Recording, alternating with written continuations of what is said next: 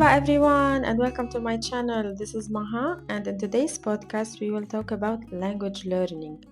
So whether you're just starting out or looking to improve your skills in Arabic, I'll be sharing with you some practical tips to help you on your journey. But I will speak only in Arabic as usual in the Levantine dialect. So it will be a very good listening practice for you. And if you don't understand everything, you can turn on the subtitles. يلا جاهزين؟ خلينا نبلش.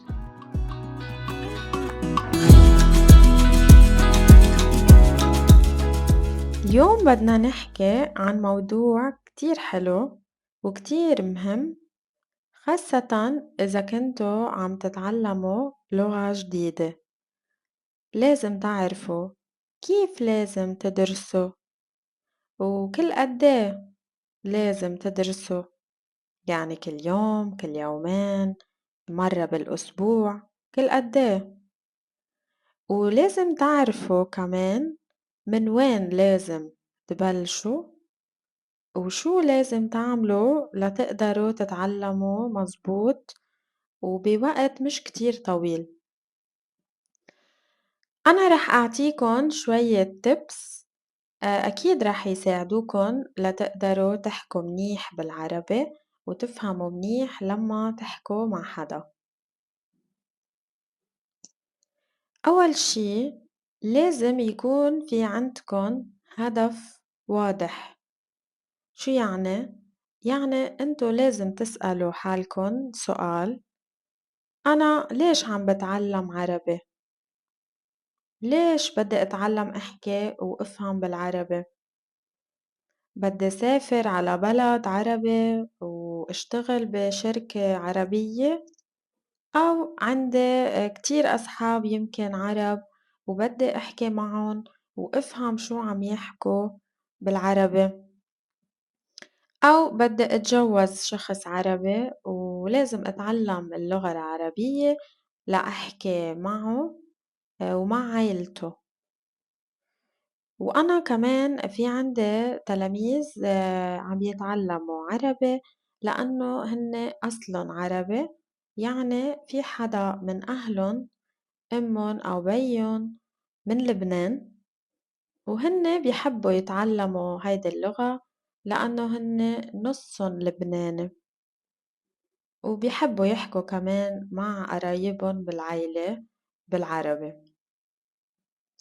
فنحن لازم نحط هدف، يعني إذا أنا بدي روح أشتغل ببلد عربي بقدر حط هدف إنه مثلا بعد سنة بدي أقدر أحكي مع زملائي بالشغل، بدي أحكي مع المدير بالعربي عن كل شي بالشغل.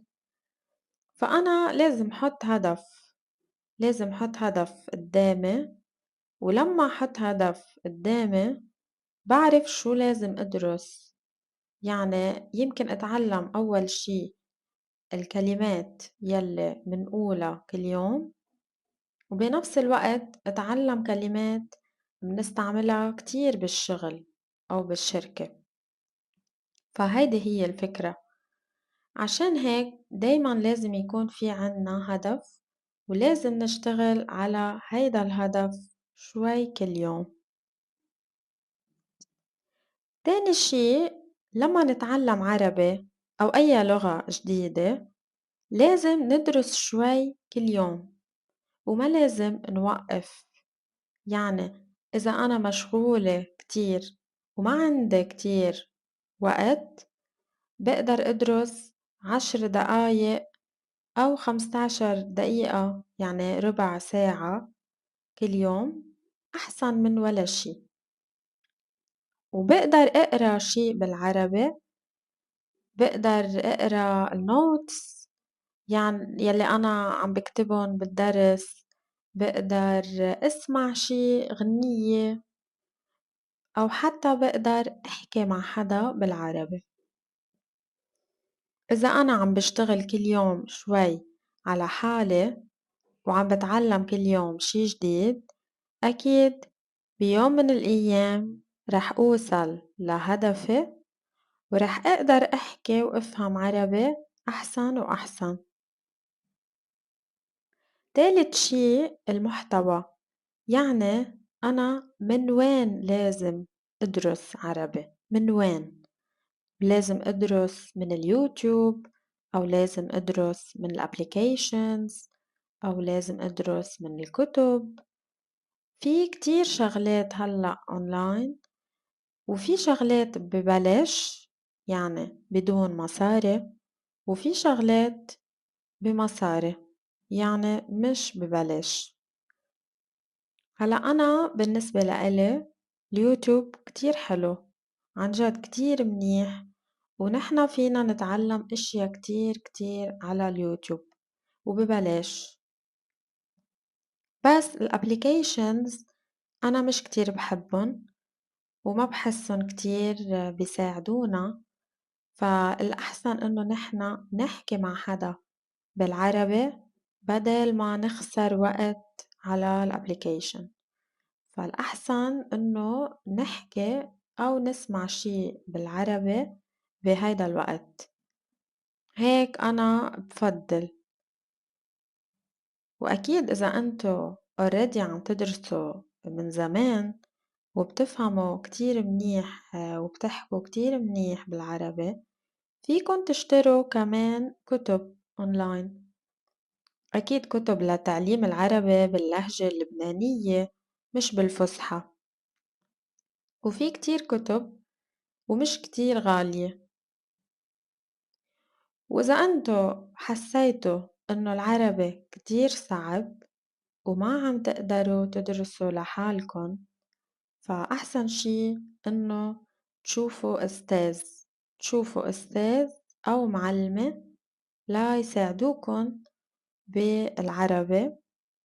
وهلأ صار في كتير مواقع لهيدا الشي، يعني في كتير مواقع، في كتير ويب سايتس على الإنترنت هن فيهن كتير أساتذة ومعلمات، وفيهن كتير ناس بيقدروا يساعدوكن لا تتعلموا عربي أو غير عربي، متل بريبلي متل آيتوكي متل في كتير. رابع شي لما نتعلم لغة جديدة لازم دايما نسمع هيدا اللغة، يعني فينا نسمع موسيقى، فينا نحضر فيلم، فينا نقرا كتاب، فينا نفتش على أي شي بهيدي اللغة عشان نتعود عليها، وشوي شوي منصير نفهم أكتر وأكتر ومنحس إنه كل شي أسهل وأسهل. في كتير ناس هلأ عرب عندها كمان محتوى كتير حلو ومع ترجمة أو مع subtitles، كمان فيكن تحضروا هيك شي على السوشيال ميديا. بس هون في شغلة إنه لازم انتو تحبوا المحتوى، يعني انتو لازم تسمعوا شي انتو بتحبوه. يعني إذا عم تسمعوا بودكاست لازم تسمعوا بودكاست عن موضوع انتو بتحبوه، أو إذا عم تحضروا شي فيلم أو شي كمان لازم تحضروا شي انتو بتحبوه كرمال تقدروا تتعلموا منيح وتكونوا مبسوطين. وخامس شي كتير مهم، لازم تحكوا بالعربي، يعني جربوا احكوا، حاولوا احكوا وما تخافوا، حتى لو انتو عم تحكوا غلط، حتى لو عم تحكوا يعني مش كتير صح، مش 100% صح، إذا ما بتحكوا ما رح تتعلموا وأكيد ما رح تتحسنوا، يعني ما رح تصيروا تحكوا أحسن. فلازم يكون عندكن حدا تقدروا تحكوا معه عربي، يعني مثل صديق، رفيق، أو زميل، أو أي حدا. كمان هلأ في applications لهيدا الشي، مثل في application اسمها هيلو توك، فيكن تحكوا مع حدا من لبنان عليها بالعربي، وهيدا الشخص بيقدر يحكي معكن بلغتكن.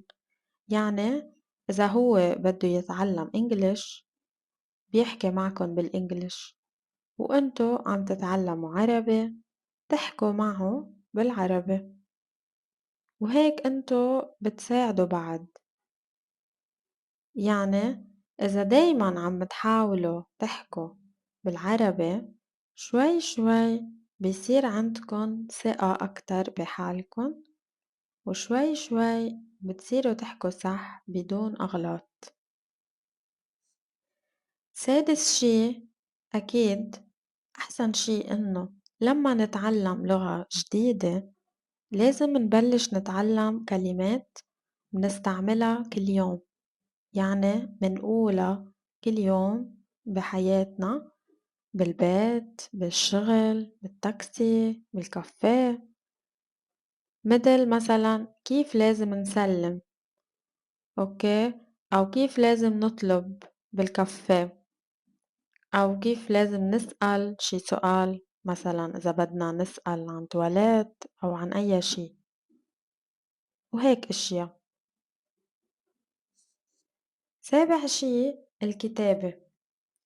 إذا أنتو فيكن تكتبوا شي بالعربي كل يوم أو كل يومين، هيدا الشي كتير منيح لإلكن، كتير بيساعدكن إنو تقدروا تحكوا مزبوط.